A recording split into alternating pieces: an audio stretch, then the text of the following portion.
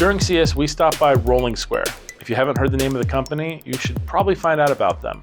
They are a cord and accessory company that makes a lot of amazing tech for on-the-go travel and just your general, use of your electronics throughout your place. One thing they do is some multi-use cables, like 8-in-1, 6-in-1 type cables, in which on both sides you have a headpiece that can be removed to reveal another headpiece underneath that with the adapters built into the cable.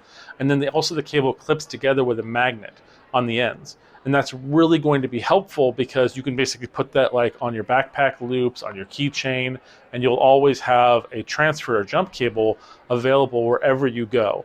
But the thing that I think is really cool outside of their amazing cables and their super thin smart cards where you can find your items you lose is their brand new Edge Pro.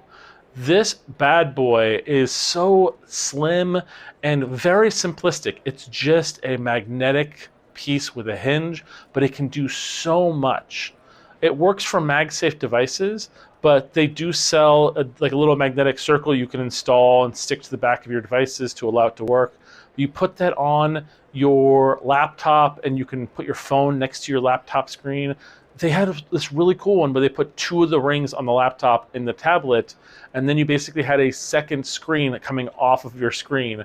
You could also compare them together to create a smart charging area, as they sell QI charging that magnetically connect to it. And you can set that up for your watch and your phone and have them all going on one full setup, a good place to put your stuff when you come home or next to your bedside. It is very simple, but it does so much. It gives you so many options, and it's just really cool.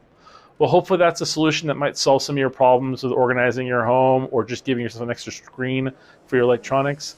And we hope you like this and more that we'll be showing off at CES.